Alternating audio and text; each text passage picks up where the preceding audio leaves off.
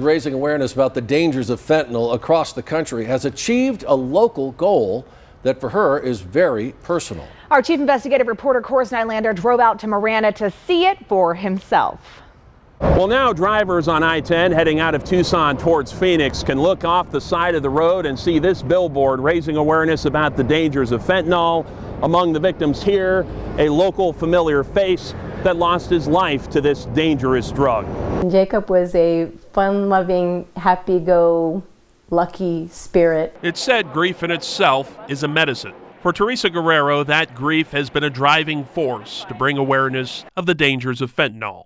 It's got to stop. We have to stop it because these kids are just dying in droves. It's a whole generation that's being exterminated. Teresa knows that all too well. Her son Jacob died in May 2020 after using cocaine that was laced with fentanyl. It's heartbreaking because I never got those last words with him. He'll forever be just 31 years old. I want to save another parent from the pain that I suffer because I didn't know enough about it. Jacob's name and picture have been used across the country on various billboards to raise awareness, from Times Square in New York City to Tempe. He would have loved that his name is out there, and it's for a good reason.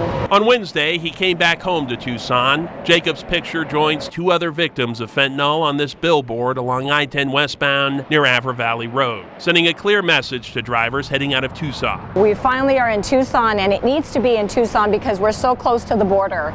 Every year, enough fentanyl is trafficked into the U.S.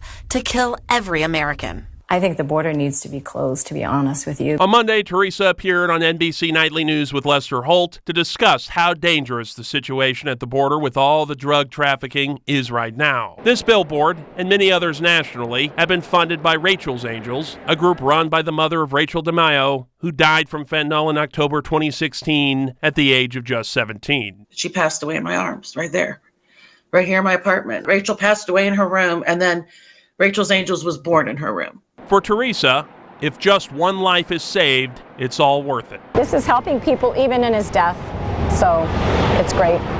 And Teresa Guerrero says that this billboard will be up for an entire month. Then they hope they can get one down in Nogales, even closer to the border, continuing to raise awareness about this dangerous drug. Reporting from Marana, Coris Nylander, News 4 Tucson. Well, Banner poison.